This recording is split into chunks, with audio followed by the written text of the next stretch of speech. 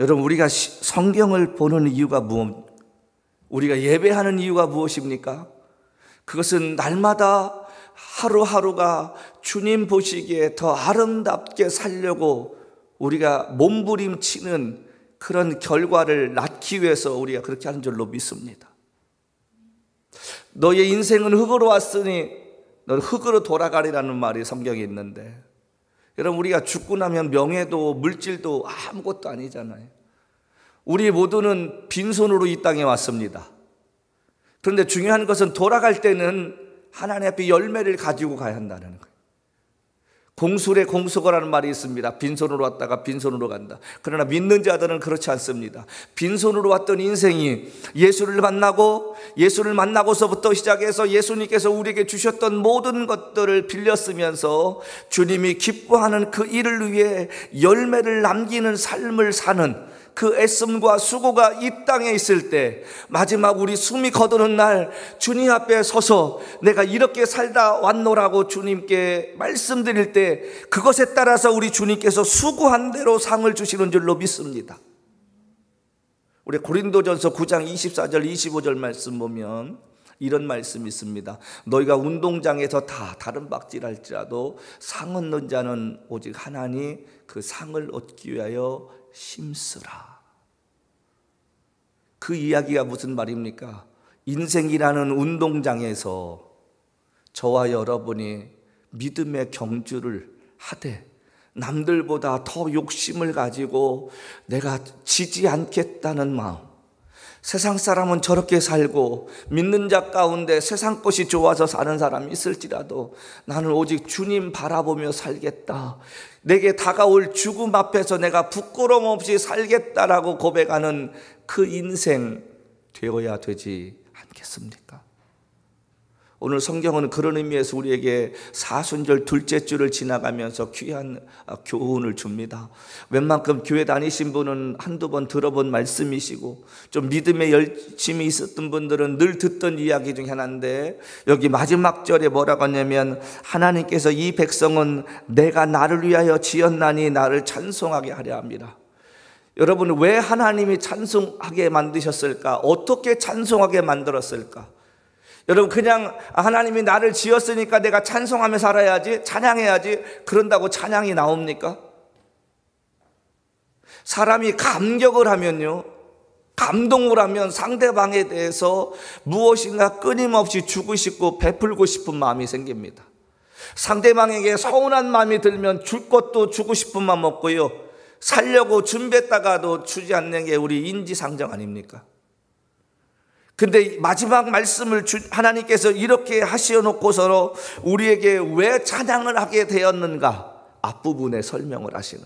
그러니까 오늘 결론은 내가 이 백성은 내가 나를 위해 지었나니 나를 찬송하게 하려 합니다. 이거는 억지로가 아니라 자발적으로 이 백성이 나를 찬송할 수밖에 없게끔 내가 만들었다, 그거예요.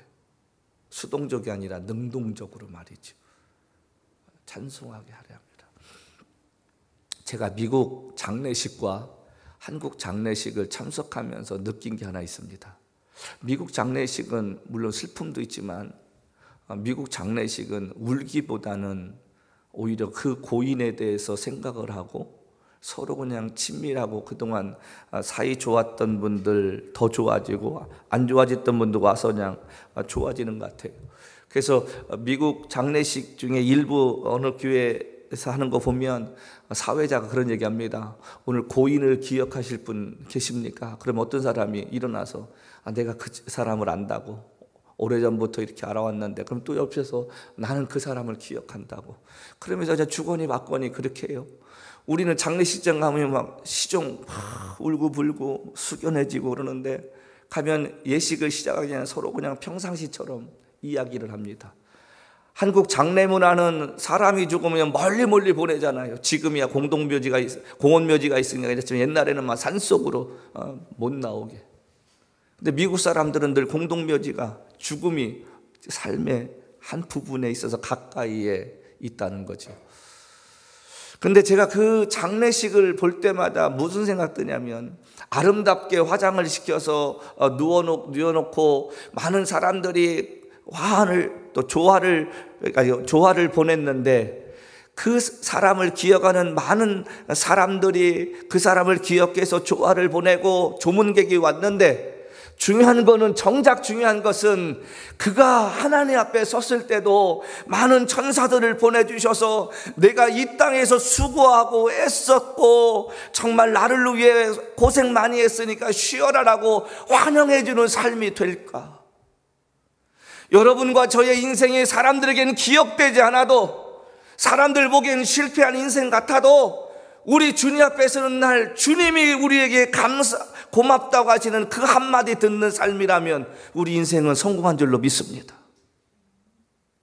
그런 삶 돼야 되지 않을까요? 오늘 이 본문은 무슨 얘기냐면, 이스라엘 백성이 하나님께서 다 지으시고 그들을 택하셔서 아브라함부터 시작을 해서 믿음의 족속으로 쭉 만들어 오시다가 애굽이라는 지금의 이집트에서 430년 동안 종살이를 하게 됩니다. 자, 그때에 모세라는 사람을 통해서 해방시켜서 홍해바다를 건너게 하시고, 그 다음에 약속의 땅인 가나안으로 가는 가운데 저들이 가데스 광야에 이제 며칠만 가면은 요단강이 나오고 그 약속하신 가나안 땅에 들어갈 수 있는데, 거기서 12명의 정탐꾼을 하나님께서 뽑게 하시고 그들을 40일 동안 보냅니다. 그 땅을 정탐케 하게 하고 와서 보고를 들었더니 그 중에서 12명 중에서 10명은 부정적인 이야기를 하고 2명은 긍정적으로 말합니다. 사람들이 10명이 얘기를 듣고 돌을 들고 난리치고 모세를 죽이려고 하는 그 시점에 하나님이 나타나셔서 최대로 화가 나셔가지고, 너희가 40일 동안 정탐한 그 날 하루를 1년을 쳐서 40년 동안 광야에서 너희들을 걷게 하리라. 사실 그때 20세 이하였던 아이들 빼놓고는 광야에서 나왔던 600만 명의 200만 명이 넘는 그 숫자들이 거의 다 죽어갑니다. 그리고 하나님께서 여호수아를 통해서 이제 광야에서 나나이, 또 애굽에서 나올 때 아주 젊었던 그 사람들을 데리고 가나안 땅에 들어가게 하시죠. 그리고 하나님께서 분명히 뭐라고 말씀하십니까? 너희가 가나안 땅에 들어가거든 그곳에 사는 사람들과 결혼하지 말고 그들이 섬기는 신을 섬기지도 말고 오직 나 여호와를 섬길 때 내가 너희를 보살펴 주지만, 그렇지 않으면 네가 들어와도 복을 받고 나가도 복을 받는 그 삶이 아니라 들어와도 저주받고 나가도 저주받고 네가 행하는 모든 것들이 저주받으리라. 그리고 천년의 세월이 흘러갑니다.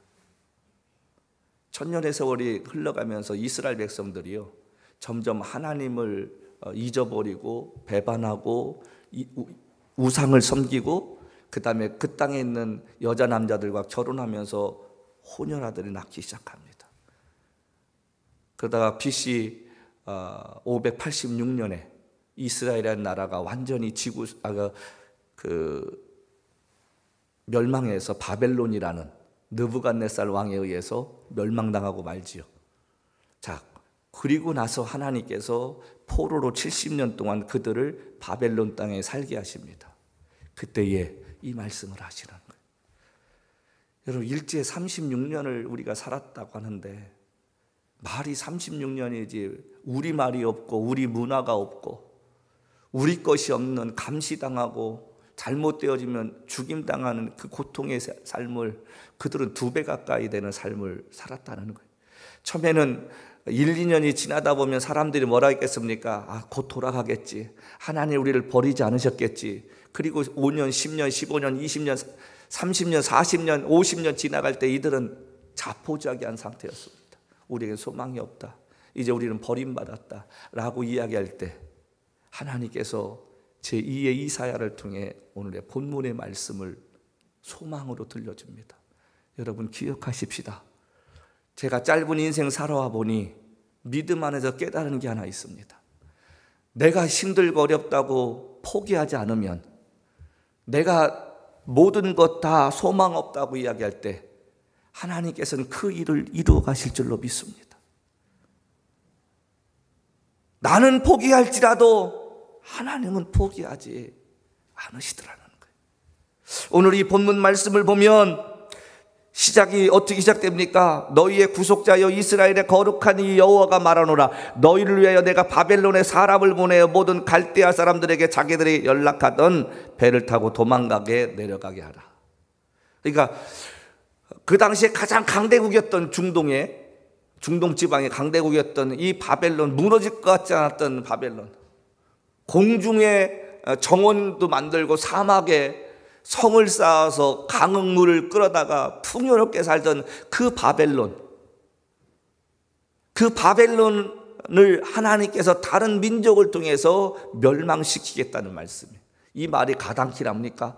그 당시에 바벨론은 지금 미국보다도 더 강대한 나라였는데, 사막의 기적을 이루었던 나라였는데, 오늘의 이라크 땅에 있는 그 바벨론을 하나님께서 갈대아 사람을 보내서 멸망시키겠다는 거예요. 그게 누구냐면 지금의 이란이었습니다. 성경은 그 민족을 페르시아라고 말합니다. 바사제국이라 말합니다. 무너질 것 같지 않았던 여리고성을 하나님께서 무너뜨린 것처럼 하나님께서 바벨론을 멸하시겠다는 거예요. 여러분 기억하십시오. 하나님께서 행하시려고 하는 그 일들을 막는 자는 하나님은 피해가지 아니하시고 밟고 지나가십니다. 가나안 땅에 들어가야겠는데 여리고성이 딱 버티고 있어 삼중벽이었거든요. 우리 안시성이라는 영화 보셨습니까? 얼마나 견고해요. 근데 그거보다도 더 견고하게 쌓았던 이 여리고성을 하나님이 밟고 지나가시잖아요. 지금 하나님께서 이 백성들을 향해서 말씀하시는 것은 나 여호와가 말한다. 너희를 위하여 내가 갈대아 사람들을 보내어서 바벨론 사람들을 멸망시키겠다. 자신의 눈으로 보면 내일의 희망이 없을 것 같고 그 누가 이야기해도 종살에서 벗어날 수 없을 것 같은 상황인데 이 하나님의 메시지가 들려질 때 믿었겠습니까? 안 믿었습니다. 여러분 기적이라는 게 왜 필요합니까?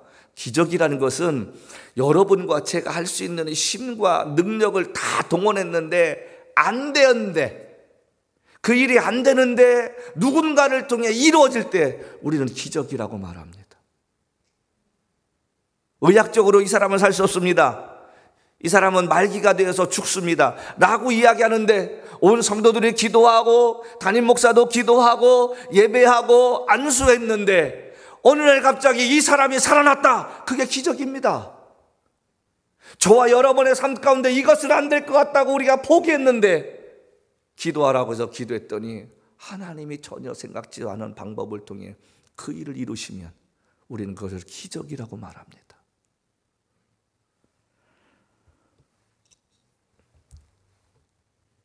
시간이 지나서 이들이 이 말씀이 현실로 이루어져서요, 오늘 갑자기 해방이 되어서 이스라엘로 돌아가게 됐습니다. 여러분 우리가 8.15 광복절 맞이할 때 우리 힘으로 했습니까? 아니요. 하나님이 미국이라는 나라를 통해서 원자폭탄 2대 떨어뜨렸더니 그냥 일본 천황이 알아서 그냥 항복을 했잖아요. 그 일을 위해 얼마나 많은 사람들이 목숨을 잃어가며 나라를 살려보겠다고, 얼마나 많은 교회들이 숨어서 이 나라의 독립을 달라고 눈물을 흘리며 기도했더니 하나님이 그 기도 응답하신 거 아닙니까? 바벨론 땅에 살고 있는데 오늘 갑자기 왕이 그러는 거예요. 점령군이 이제 니는 나라 돌아가라고. 얼떨결하지 않았겠어요? 그들이 그래서 나오면서 부른 노래가 우리가 아는 시편 126편 1절부터 3절 그 성경 구절입니다. 뭐라고 하냐면 시편 126편 1절부터 3절은 저들이 바벨론 나올 때에 그때의 그 심정을 이렇게 말합니다. 여호와께서 시온의 포로를 돌리실 때에 우리가 꿈꾸는 것 같았도다.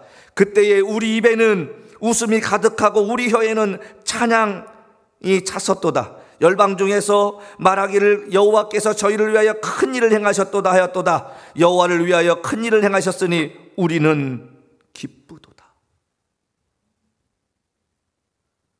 이런 기적의 역사가 여러분의 삶 가운데 일어나기를 주님으로 축복합니다. 안 될 것 같은데, 어려울 것 같은데, 힘들 것 같은데, 근데 하나님이 하시면 그 일이 될 줄로 믿습니다. 여기 14절 말씀 여호와가 말하나. 여러분 성경은 하나님의 말씀입니다.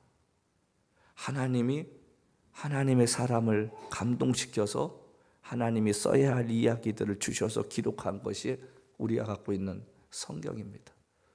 하나님은 하신 말씀은 이루신 분인 줄로 믿습니다. 복을 주시겠다고 하면 복을 주시는 것이고, 저주를 하시겠다고 하면 저주하시는 분인 거예요. 전 민수기 29장 말씀을 참 좋아합니다.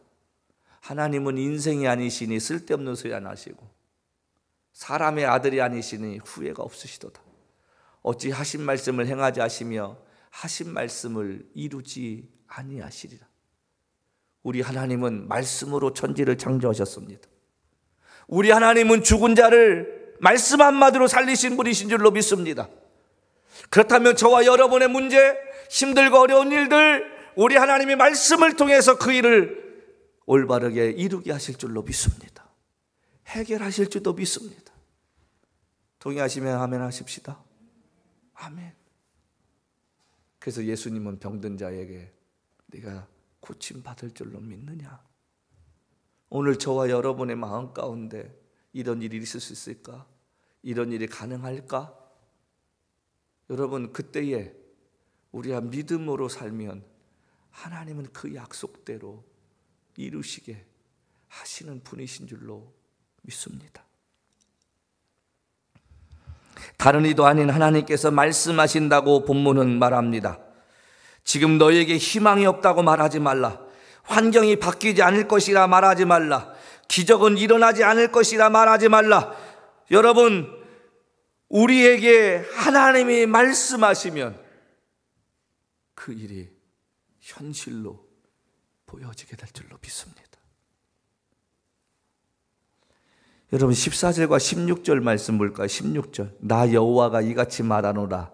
바다 가운데 길을, 큰 물 가운데 지름길을 내고, 14절은 뭐라고 하죠? 여호와가 말하노라. 하나님이 말씀하신다는 거예요. 기적이 무엇인가? 다시 말씀드립니다. 우리의 힘과 능으로 안 되는 것을 하나님께서 행하시는 그 일들. 17절 말씀 한 번 더 볼까요? 병거와 말과 군대 용사를 이끌어 내어 그들이 일시에 엎드려져 일어나지 못하고 소멸하기를 꺼져가는 등불 같게 하였느니라. 여러분, 당시 바벨론의 이 군대의 힘은 그 누구도 덤빌 수 없는 막강한 군사력을 갖고 있었습니다. 근데 이제 새롭게 성장해가는 이 페르시아라는 나라가 강해봤자 얼마나 강하겠어요? 근데 그들에 의해서 여기 말씀 보니까 어떻게 씁니까? 병거와 말과 군대와 용사를 이끌어내어 그들이 일시에 엎드려지게 만들겠다는 거예요. 강할 것 같은 그 군대를, 페르시아라는 군대를 통해서 멸망시키시겠다는 그 이야기입니다. 바벨론을 정복케 하심으로 하나님께서 말씀하시는 것이 이루어지게 되는 것을 보게 하시겠다는 거예요. 그래서 여기 18절부터 19절은 이렇게 말합니다. 너희는 이전 일을 기억하지 말며 옛날 일을 생각하지 말라. 보라, 내가 새 일을 행하리니 이제 나타날 것이라. 너희가 그것을 알지 못하겠느냐? 반드시 내가 광야의 길을, 사막의 강을 내겠다. 여러분, 생각해 보세요. 인간적으로 광야의 길을 내고 사막의 강을 낸다. 광야의 길 낼 수 있지요, 뭐 사람이 길 만들면. 근데 사막의 강을 낸다는 게 쉽습니까? 물을 끌어와야 되는데 그 당시에 기술력으로 그게 가능하겠느냐 말이에요. 우리가 어떤 일을 하면 사람들이 그래요. 이건 예전에 안 했던 일인데요. 이건 우리가 해보지 않은 일인데. 여러분, 기억하십시오. 여러분들이 여러분의 새로운 인생의 길을 내면 그것이 길이 된 줄로 믿습니다. 안 해본 거 해보면 그것이 전례가 되는 거 아니겠어요? 내일 장례를 치르는 한 목사님의 장례 예식이 있습니다. 저는 사실 그 목사님 잘 몰라요. 작년에 제가 얼떨결에 우리 뉴저지 교회협의회 서기를 맡다가 2번인가 뵌 적이 있습니다. 3번째 뵈었을 때가 그분께서 암이 걸려서 이제 의사가 죽음을 정리하라고 하는 그 시기였습니다. 그럼 우리는 보통 사람들 만나면 아닌 거 알면서도 희망을 주잖아요. 힘내라고, 기도하시라고. 그럼 하나님이 고치신다고, 반드시 고치신다고. 여러분, 그 기도도 필요하지만 때로는 그 환자에게 정확한 디렉션을 줘서 남은 시간을 헛된 생각 안 하고 정리할 수 있는 시간도 좀 필요하지 않을까. 제 생각은 그래. 그래서 제가 얼마 전에 우리 엄마하고 그런 얘기를 했어요. 우리가 만약에 시한부 인생이라고 선고받으면 어떻게 할까? 그리고 웃다가 저는 제일 먼저 한국 갔다 온다고 그랬어요. 그래서 그동안 저랑 같이 교제했던 분들, 제가 신세였던 분들과 식사 한 끼 하면서 이번 일을 통해서 제가 이 땅에선 다시 보지 못할 거라고 이야기하고 돌아와서 제가 제 죽음을 준비할 것 같던, 아직은 마음이 좀 그래요. 제가 그 목사님 찾아갔을 때 얼굴에 황달기가 가득했습니다. 그래서 이제 이런저런 얘기 나누다가 제가 목사님께 11월 달인데, 목사님은 죽습니다. 살아나지 못하십니다. 의사가 3월 달을 못 넘긴다고 했다니 지금부터 삶을 정리하시고 그리운 사람들이 있으면 만나시고, 목사님 기도와 생각 가운데 그동안 혹시 관계가 서먹서먹했거나 소원하셨던 분들 계시면 만나셔서 풀고 이 땅을 떠나시는 게 어떻겠느냐고. 그러면서 제가 마지막에 그런 말씀을 드렸어요. 목사님, 제가 온 이유는 한 가지입니다. 목사님 돌아가시면 저희 목사회에서 목사님 장례식을 치를 수 있게 허락해 주십시오. 제가 그분의 그 당시에 하셨던 그 말을 제가 평생 못 잊을 것 같아요. 불편하신 몸 가운데 갑자기 눈물이 글썽글썽 하시면서 그렇게 해줄 수 있느냐고. 제가 그 약속을 꼭 지켜드리겠습니다. 나 그렇게 해달라고. 제가 그렇게 하고자 했던 이유가 하나 있었습니다. 사실 우리 목사들의 모임이요, 연합이 잘 안 되거든요. 우리 목사들이 만나면 서로 세워주기보다는 앞에서 웃고 뒤에서 좀 이상한 짓 많이 하시는 분이 계세요. 내가 총무로 있는 동안에 우리 이 목사회가 본연의 목사회답게 교제하고 목사들을 돌보고 교회들을 좀 이렇게 용기 주는 단체가 되었으면 좋겠다. 만들고 싶은 욕심이 있었습니다. 회장님하고 이야기를 해서 그렇게 해서 가서 허락을 받고, 저희는 그때부터 이제 조금씩 장례 준비를 시작했습니다. 그리고 3개월이 흘러서 지난주 목요일 날 그분이 주님 앞에 부르심을 받았습니다. 마지막 부르심 받는 날 아침에 유가족들로부터 호흡기를 떼겠다고 와달라고.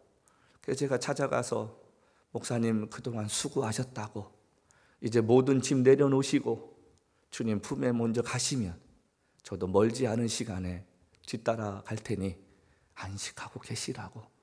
그리고 간절히 기도해 드리고 호흡기를 띄었습니다. 호흡기를 떼기 전에 제가 사모님 이렇게 안아드리면서 그 얘기했어요. 사모님, 오늘까지만 우세요. 그리고 이제 울지 마세요. 인간적으로는 슬프지만 주님 앞에 다시 만날 소망이 있는 목사님의 죽음조차도 우리가 좀 세상 사람과 다른 모습으로 우리가 치렀으면 좋겠습니다. 감사하게도 그때부터 사모님이 웃기 시작하셨습니다. 그래서 그 집에 가서 우리 임원단들이 위로 예배 드리고, 엊그저께는 장의사 가서 이제 비용하고 그 절차 다 확인한 가운데 제가 함께 있는데, 내가 우리 총무 목사님 때문에 용기 얻었어요. 내가 좀 웃어보려고. 물론 장례 치른 날 또 우시겠지만 그래도 아들과 사모님이 얼마나 밝게 사시는지 모릅니다. 그러면서 그분이 제게 하셨던 말이 제가 또 오랫동안 기억할 말씀이 있었어요. 목사님, 이번에 저희가 가족이 큰 힘을 얻는 것은 저희가 생각했던 것보다 많은 목사님들이 위로해 주시고 격려해 주시고 전화 와 주셨다는 것이죠. 근데 놀라운 일이 생겼습니다. 저희가 준비했던 예배 순서보다 더 많은 사람들이 연락이 와서 나도 거기에 끼어달라고, 또 교역도 같이 하겠다고, 그래서 갑자기 뉴저지에서 목회자들이 이 죽음 앞에 우리도 참석하겠다고, 우리가 도울 것이 뭐 없느냐고, 나도 순서에 넣을 수 있는 게 없겠느냐고 전화 오기 시작합니다. 뉴저지 목사회가 만들어진 가운데서 처음으로 하는 장례식이면서 우리 회장 목사님께 하시는 말씀이, 이렇게 많은 목사님들이 자발적으로 이 장례 예식에 함께 동참하기로 전화 오시는 것은 자기가 몇 년 동안 교회 일하며 처음 봤다는 게, 갑자기 하나가 되어지는 느낌. 한 목회자의 죽음 앞에 동역자였던 그러한 같은 동료들의 마음을 같이 나누는 역사들이 일어나기 시작했다는 거죠. 저는 그것이 하나님의 기적이라고 봅니다. 여러분, 우리의 힘과 능으로 할 수 없는 어떠한 일들을 나는 포기하고 절망 가운데 있는데, 하나님의 사람을 통해 하나님의 일을 할 수 있게끔 보는 것, 그 자체가 기적인 줄로 믿습니다. 만약에 이 사람들이 계속해서 포기하고 낙심하고 절망했었다면 어떻게 됐을까요?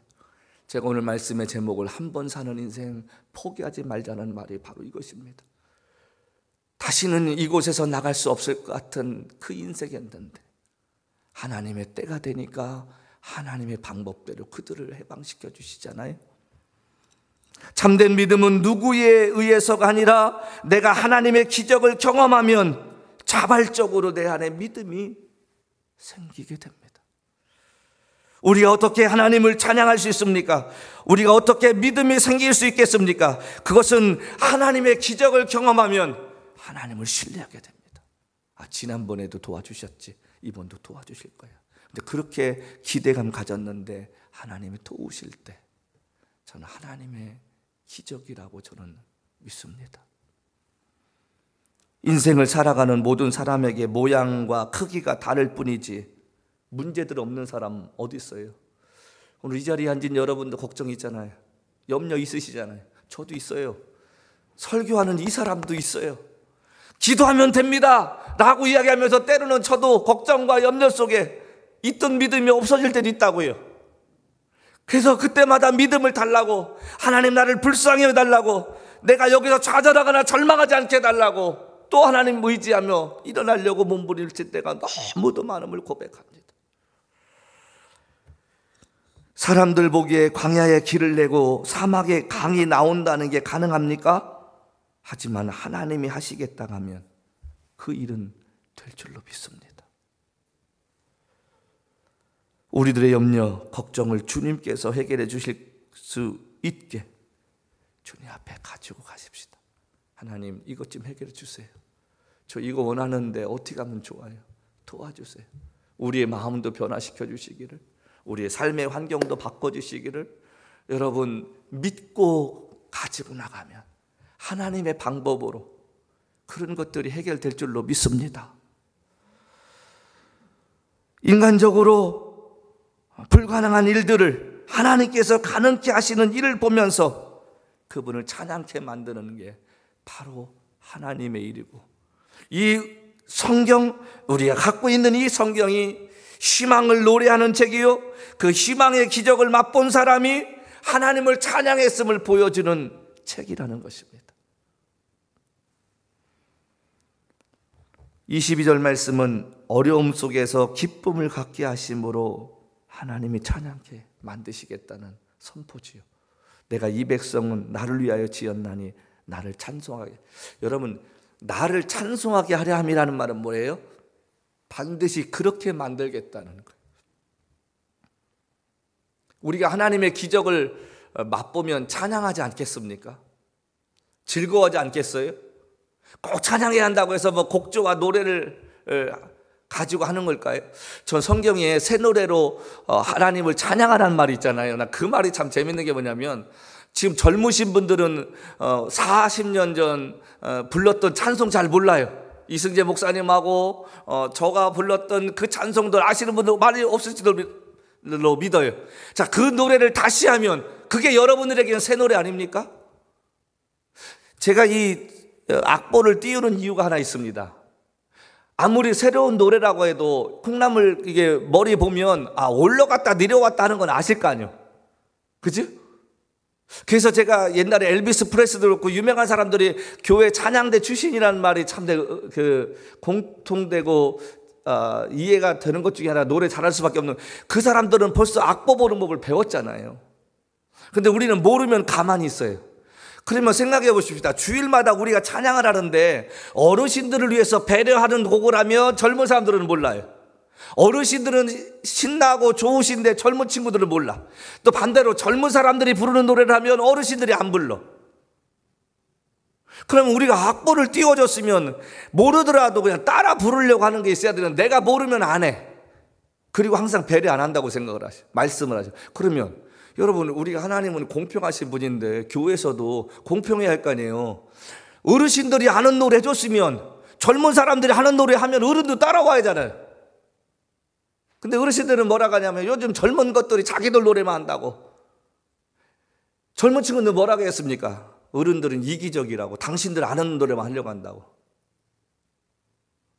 인생을 좀 배우며 사는 자세가 되면 모르는 노래 나와도 이번 주에 배우고 나면 다음 주에 또 불러야지, 그렇게 생각하면 얼마나 좋아요?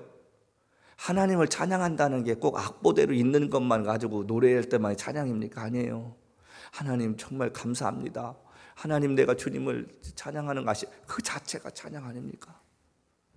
성경은 내가 이 백성이 나를 위해 지음 받았기 때문에 나를 찬송케 내가 만들겠다, 그 얘기는 뭡니까? 여러분들은 포기할지라도 하나님은 포기하지 않으셔서 여러분들에게 하나님이 하나님 되심을 보여주시기 위하며 하나님이 지금도 일하고 계신 줄로 믿습니다. 아멘. 그래서 낙심할 필요가 없는, 그래서 갈라디아서 6장 9절 말씀은 이렇게 얘기하잖아요. 너희가 선을 행하되 낙심하지 말지니 때가 되면 거두리라는 그 말이 뭡니까?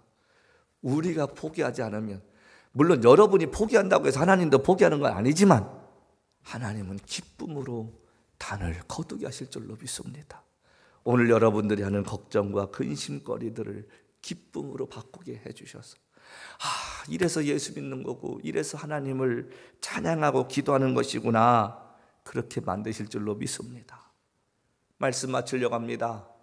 여러분, 오늘날 우리가 하나님을 찬양해야 할 이유가 무엇이냐는 거예요. 이스라엘 백성들은 바벨론 땅에서 해방되었기 때문에 찬양한다고 하는데, 그럼 이 말씀이 저와 여러분들에게는 어떻게 적용이 되어야 할 거냐, 그런 말입니다.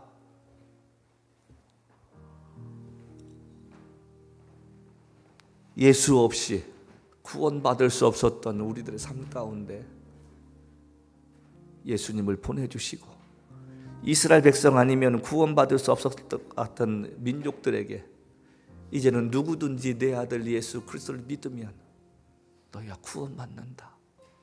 하나님의 세상을 이처럼 사랑하사 독생자를 주셨으니 이는 저를 믿는 자마다 멸망치 않고 영생을 얻게 하려 하심이라는 이 말씀 의지해서 예수 그리스도를 믿으면 구원받는 줄로 믿습니다. 그게 복음입니다. 복음이라는 이 헬라어가 유앙겔리온인데 이 뜻이 뭐냐면 기쁜 소식이란 말이에요. 굿뉴스란 말이에요. 소망 없던 곳에 소망이 생기고 낙심했던 곳에 용기가 생기게 만드는 것, 그 말씀을 듣고 그 말씀을 묵상할 때 주시는 힘을 가지고 다시 지겹고 힘들 것 같은 직장 나갔는데 갑자기 사람들이 사랑스러워 보이고 좋아지게 만드는 것, 그게 기적이요 복음을 받은 사람들의 삶의 변한 줄로 믿습니다. 그래서 우리에게 주님을 보내주셨기에, 또 우리가 낙심하고 좌절할 때마다 성령님을 보내주셔서 너 그러면 안 되지, 너를 위해 기도하는 목사가 있지 않냐, 너를 위해 기도하는 성도가 있지 않냐, 그래서 힘을 얻는 그 인생, 여러분 되게 하신 하나님 감사한 것 아닙니까? 전혀 모르는 사람들이 예수의 이름으로 이곳에 모여서 하나님을 찬양하고 주 안에서 영적으로 믿음으로 가족이 되게 해서 서로의 삶을 돌아보고 격려해 주게 만드신 그 하나님의 은혜가 있음에 우리가 찬양케 되는 줄로 믿습니다. 사순절 보내면서요, 너희는 서로 사랑하라. 내가 너희를 사랑한 것처럼 너희도 서로 사랑하라. 여러분, 이런 마음 되었으면 좋겠습니다. 그래서 여러분들이 각박한 이민 땅 살면서 늦어질 우리 교회 성도들 때문에 힘을 내고, 또 내가 힘들 때마다 나와 함께하는 믿음의 식구들이 있으므로 지치지 않는 그 은혜를 내게 주신 하나님을 찬양하십시다. 그리고 이 한 주간 동안 살아가면서 어떤 형편, 어떤 일 찾아와도 낙심하지 말고 우리 기도하면서 하나님께서 힘 주실 줄로 믿고 내 작은 기도가 응답되어지기를 믿는 믿음 가지고 사는 저와 여러분 되시기를 우리 주님의 이름으로 축복합니다.